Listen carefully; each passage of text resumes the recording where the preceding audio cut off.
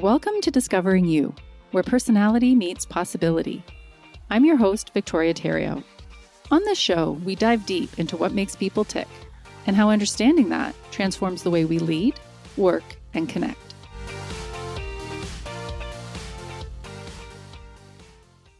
Hi, listeners. Hi, Heather. Hi there. Welcome to Season 4 of Discovering You. How was your summer, Heather? It was amazing. How was yours? It was good. We actually got to see each other a bit this summer, didn't we? We sure did. We always have one visit We do. in the summer, and this year we made it 2, which was awesome. Beginning and end. It was. And do you think that happened because you were having the summer of Heather?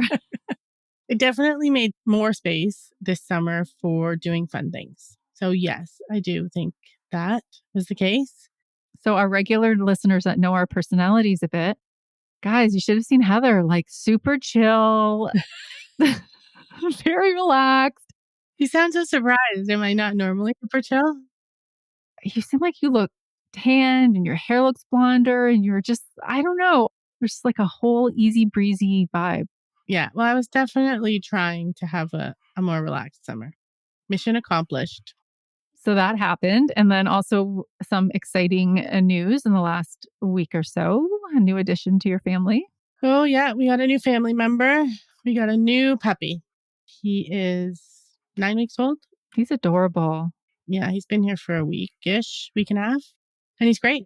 Yeah, he's super cute and he's super well behaved and he's getting along well with the rest of them. So yeah, we welcomed Mac to the family. Yay, welcome, Mac. At the end of the summer. Awesome. What's new and exciting with your summer? Actually, it was a pretty chill summer. Sophia was away. Right. That seems like so long ago now. Right? So it was a month. So she was abroad for a month doing a field study program. I would say since, we're calling you like the summer of Heather, I think mine was kind of more a summer of creative endeavors. I took a course on HSP. We've talked about this before in the podcast, and we definitely have future episodes coming up about it. So that was really interesting. It was more about some tools and ways to kind of see it as a superpower. So that was fun. And then personally, I created new content for my sessions and I started building some online courses. So I'm really excited about that. And I will definitely be telling you more about that down the road. Amazing. We're going to save our mood meter conversation for our special guest today. Let's get to this month's disc illustration. Since it's back to school season, I thought it would be timely to explore how disc would show up as university programs. Oh, good one. High D is commerce, a focus on business and strategy. High I is communications, creative and expressive. High S is education, a focus on guiding and supporting. And high C is engineering, structured and analytical. You have some engineering people around you, Heather. Sure do. Okay, well, without further ado, I'm so excited to welcome our guest today. Dr. Vanessa Druskat is an award-winning researcher, global speaker, professor, and author. Her 3 decades of field research produced the Team Emotional Intelligence Model. She and her colleagues have used the EI model to teach leaders how to build higher performing teams. Her observation of so many team cultures has earned her the nickname the Jane Goodall of Teams. She recently published a book called The Emotionally Intelligent Team, Building Collaborative Groups That Outperform the Rest. And the foreword was written by Daniel Goleman, who is a pioneer in the emotional intelligence world. Vanessa, welcome to the show. I am so excited to talk to you today. Thank you, Victoria. I am so excited to talk with you today as well. Great. You and I have some shared interests, sort of a crossover of work with teams and emotional intelligence. And speaking of emotional intelligence, we like to start our episodes on the show with a mood meter check-in. I believe you know Mark Brackett. I absolutely know Mark Brackett. I use his book in my classes. Yeah, I use his stuff too. It's great. So today I was in the yellow quadrant. The yellow quadrant is described as high energy, pleasant. And the specific word that I landed on is curious. And curious is defined as interested in learning something, which couldn't be more accurate since I am talking to an expert today. That's fabulous. Well, let me tell you, I'm also in the yellow quadrant. Oh. And I am upbeat. Nice. That's my feeling. Okay. And that's also because I'm really excited to be talking with you. I know you are also interested in teams and work with teams like I do. I'm looking forward to hearing your views and sharing some of my views. Perfect. Well, I think we are well aligned and we're both in that zone. So let's go. What I'd like to start with, Vanessa, is what motivated you to study teams? This is always, listeners to my show know that I'm always fascinated with what drives people, what draws them to the careers they end up in. Now, you did touch on this briefly in your book, and I'd love if you could share the story about your childhood experience in Kenya and having to code switch. If you could talk about that, that would be awesome. So both of my parents were international educators. They actually met teaching overseas. Anyway, we lived in Africa for a couple of years when I was very young. I started school there. So in my book, I describe what it was like to begin school in Africa. One of the things that stands out in my memory most of that time was outdoor race that we had. When I was a kid, we used to do 4th of July road races and things like Sure. that. And I always loved that three-legged race, all those good ones. At this British school, we had a road race and I won. And I started jumping up and down for joy. As You know, I one was all does. excited. Yeah. And so the headmaster of the school came over and basically said, no, that's not how we do it here. We don't jump up and down for joy, when you're winning. That's not very polite. So that was consistent with my experience in going to different cultures with my parents. That was the first time I actually remember feeling it that starkly because it was given to me as kind of a command or feedback. But, I had to code switch when we lived in Kenya because I went to this British school system. I had African girlfriends who I played with every day. And then, of course, I had my American family and they knew Americans. So every time I would go into a different environment, I would code switch. And it was a very different expectation. So by code switch, there were different social norms, different ways that you would behave. And I learned at an early age that the environment that I'm in really impacts how I need to behave. That was a viewpoint or a way of seeing the world that I brought into my research on teams. And when I first started studying teams, I didn't see anyone else talking about that viewpoint. But I felt so strongly about it, having lived in many different cultures as a child. I sort of tried to bulldoze my way through it. Well, I love how something like that from childhood informs how you navigate the rest of the stuff through your life. Obviously, in that moment of doing something that would have been celebrated and normal in the US is then a completely different, like it probably had such an impact on you to think, what's happening here? Yes. I think that's fascinating that it would have that impact. What I want to start off by pointing out to our listeners when we're talking about your work with emotional intelligence is that your focus is not on individual emotional intelligence necessarily, but the emotional intelligence of a group culture itself. And that's a very interesting concept. And so what you've done is you have outlined a bunch of norms. There are 9 in total. As I was telling you earlier, there's so much information and I can't possibly get to it all as much as I want to.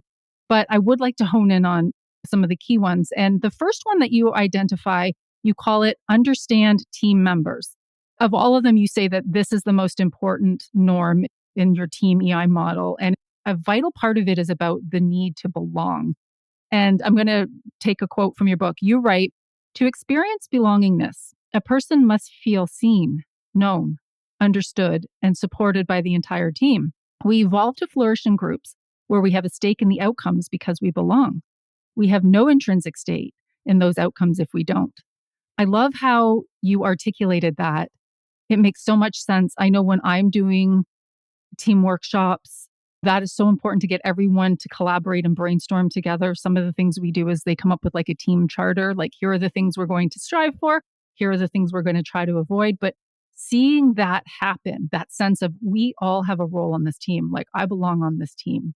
Can you talk a little bit about the importance of demonstrating caring, which is norm number 2, specifically the psychological safety and trust and the power of positive reinforcement? And I really enjoy the story about the Seahawks coach. If you could talk about that. Sure. Before I talk about that, I just want to underscore what you just said about the importance of feeling known. And it's really impossible to belong if you don't feel known. Yeah. And it's really impossible, I think, to work well with others if you don't know how they like to be treated or what their proclivities are. And so being known is really key to belonging. But on top of that, we don't just want to be known, we want to be respected. And that's what the caring norm is about. And so the Seahawks coach, Pete Carroll, every time I was studying caring, his name would pop up all over the place. And it turns out that he has been just an amazing coach. He's won at the college level, he's won at the professional level. Everyone wants to know what his secret sauce is. Well, he says his secret sauce is love. He says that what he does is he gets into an environment and he just lets people know he cares about them. And that when they're cared about, they relax, they're more likely to perform at their best, and it really essentially brings out the best in them. Now, key point here that I like about this story is that he doesn't say he's soft. Yeah. Or he doesn't consider love, caring to be soft behaviors. Yeah. He considers them to be critical. So just to give you an example, when he first arrived at Seattle, what he found was that the team members were disrespectful to one another. They were disrespectful to the people who were sort of cleaning up the locker room and doing things like that, disrespectful to the media. And he said, no, that's not how things are going to be done. That's not the norm we're going to have here in my world. He basically said, from now on, we're going to respect one another. And so he mandated that after an interview, these football players would thank the interviewer. This is something that would be good for you all to hear. Yeah. He mandated that you were nice and kind and respectful to the people who cleaned up the locker room and that you were respectful to one another. That became his norm. That was just one of his secrets. When he coaches other coaches, he says, you got to figure out what you're all about, but love is a key ingredient. I love it. And it seems like that should be natural and common sense, but unfortunately, it's very counterintuitive, especially in competitive environments, right? I think there's sort of that old school, like grind it out, toughen up, like all of that kind of stuff. And yet here he has this winningest track record, and that's his approach. Yes.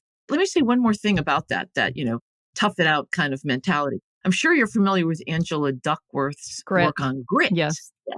So I saw an interview with her recently, and, grit is all about, she's been studying for Yes. a long time, the desire to really push through the tough and show that grit and meet your goals no matter what the obstacles are. Well, of course, the sports world has really embraced that because they see that as important. And it is very important in the sports world. But in the interview, she was saying when she's asked about who should they hire, this person with grit or this person with grit, she looks for the person with grit who's got a support network. Because she says it's impossible to maintain your grit unless you have, and she doesn't use the word love, but unless you've got people who are holding you at the same time. And so this is what I feel is so misunderstood. And I know that you see the world this way as well, especially the world of teams, is that we misunderstand how important it is to feel cared about, part of something, sense of belonging that enables you to be more resilient and show more grit. Absolutely. I think to illustrate how crucial it is, you provide an example of what NASA implemented, what they do after they go out on their mission. And this was implemented after the space shuttle disaster. I think this is a very, very extreme example, but a very relevant example. Can you tell us a little bit about what NASA does and why? Sure. Well, there are actually a couple of examples from NASA that are key. The first one was the Challenger accident. We have really good transcripts of the discussions that led to the launch of that shuttle that ended up disintegrating in the air shortly after it launched. But you have to remember that NASA is actually a lot of ex-military. So they have a very command and control culture. It's been really hard for them to shake. And so what happened in that discussion was the engineers had basically said, and they'd sent out a note in advance. They'd sent out a note that said, there's this O-ring problem that we could run into because we're going to be launching in cold weather. Yes. There was a lot of political pressure on NASA to launch. They had already put off this particular launch many times. And, NASA gets its funding from the US government, and the public plays a big role in being pro-NASA. And so people were getting frustrated with NASA for not launching. So they had that political pressure, which might have been anticipated. post-game 2020 armchair quarterback. It's easy to Sure. imagine. But what really happened in the room when they made the decision is that the engineers didn't really get heard. They get kind of poo-pooed. And so they ended up making what they ended up calling a management decision rather than an engineering decision. Mhm. So there are reenactments of this discussion, and there are transcripts that basically show that they didn't have a team of people around them saying, let's talk further about this. Let's get more information from other engineers. People sat by and were quiet because the norm there was to acquiesce to what the leaders were thinking about. And hierarchy played a big role there, which you talk about. The hierarchy played a big thing. And so there's so many things to unpack in that conversation. But I just want to say they did a similar thing when they had the Columbia disaster. And that happened, I think, maybe a decade later, which I talk about in the book as well. And here, when the ship launched, a piece of foam fell off. And so then the ship was up and going around, and the engineers were saying, that foam's going to be critical for a safe landing when they come back in. It's going to keep it from overheating. And once again, the engineers didn't get heard. And so, despite their desire to change the culture, they were unable to, the leaders basically said, yeah, you're worry warts, which, by the way, that's what engineers do, Yes, exactly. right? That's what they're there for. That's what they're there for. And I talk a lot about that in the book, which is that you need to have those worry warts in your team. Yes, everybody fills a role, Everybody. right? And that's the thing. You need that person for your check and balance. If everybody was the gung ho, take action, think later. No, we need to have that diverse group. And that's something that always comes up in my team sessions. And what I found really poignant about that example that you were giving with NASA, you say there is no one wrongdoer. It's clear that the goal of every participant was to make the best decision for all. And then you say the villain is group culture. And I was like, oh, that really resonates. It's like, yes. Yes. And how do you move out of that? So then you did talk about now what NASA does, right? Their whole sort of looking after they do it, they come back, they have a debrief. Yes. Yes. They keep a whole, so when they come back from a launch, they have a huge record of what they've learned, lessons, and they really try to create a database of everything they've learned, mistakes that they thought they made that they don't want to do again. And they really have tried to improve upon that. That's comforting to know that that's something that they do. And that's if you're running a team and you've had things go wrong, you can do stuff like that. Right. Learn from your mistakes. Yes. We've mentioned hierarchy a couple times. And so one of the things that you say in the book is that most high status team members don't notice or at least deny seeing when their actions silence other members. And a leader's status can cause team members to hesitate before offering creative ideas. And then you comment here, this is where having a team facilitator is very beneficial, which I can speak to being one. I think that team members really enjoy having the leader sitting amongst the group and that they're just a participant. And the nice thing about someone like you or someone like me coming in as a third party objective, it's much easier to get stuff done and maybe have these conversations. And I think what's interesting too, though, is when we're looking at the communication here, communication isn't always verbal, right?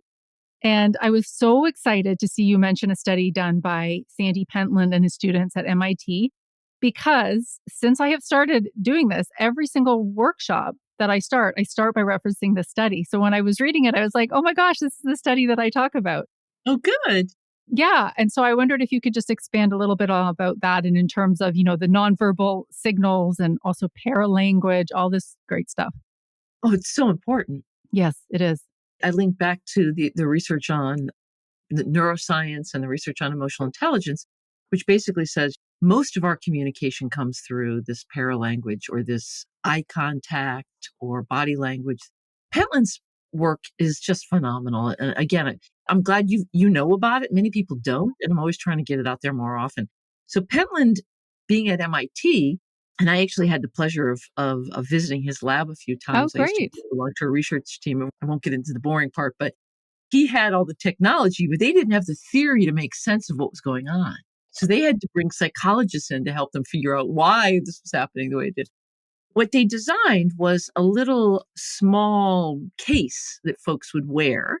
It started off the size of a cell phone and it kept getting smaller and smaller over the years. Everyone in the organization would wear it, and it allowed them to track who spoke to whom and for how long.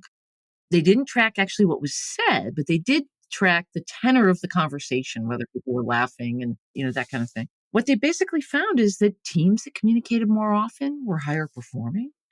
When it comes to individual performance, people who talk to others more often are higher performing. And it doesn't have to be long, drawn out conversations, but those touch points. There's something about, I think, knowing a person. And then I always ask my students, well, why do you think that's true? What is it about talking to people? I mean, it's easier to surmise in a team. This is where you get known and you get more comfortable with one another. But it's the same thing, I think, in an organization. I want to hear what you talk about when you mention Pentland's research. I basically started off because sometimes, this is probably something I'm going to ask you later on, but not everybody's always thrilled necessarily about being in a team facilitation, having a workshop. You have the people that are resistant. And sometimes it's even maybe the leaders themselves. Maybe they have somebody else who suggested the thing. And because they think that this session is going to be all, let's sing and hold hands and kumbaya.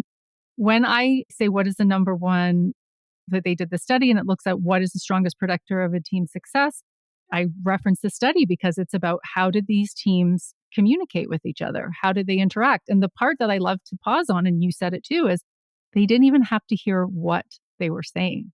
It is that how often did they meet? Also, is one person talking or over talking, or all of those little nuances that come into it. So that is how I set up the foundation of this is what we're going to talk about. Yes, I was thrilled to see where it showed up for you. And in terms of talking, and we're saying about how often do they meet and conversations, this will lead us down the path of everything isn't going to be as that leader said to me, kumbaya and singing. What I want to talk about is something that the term you use is creative abrasion. And why is it so good to embrace, as you say, good constructive conflict? Yes. This is one of the reasons why you've got to build relationships and why you've got to communicate so often so that you can have that creative abrasion.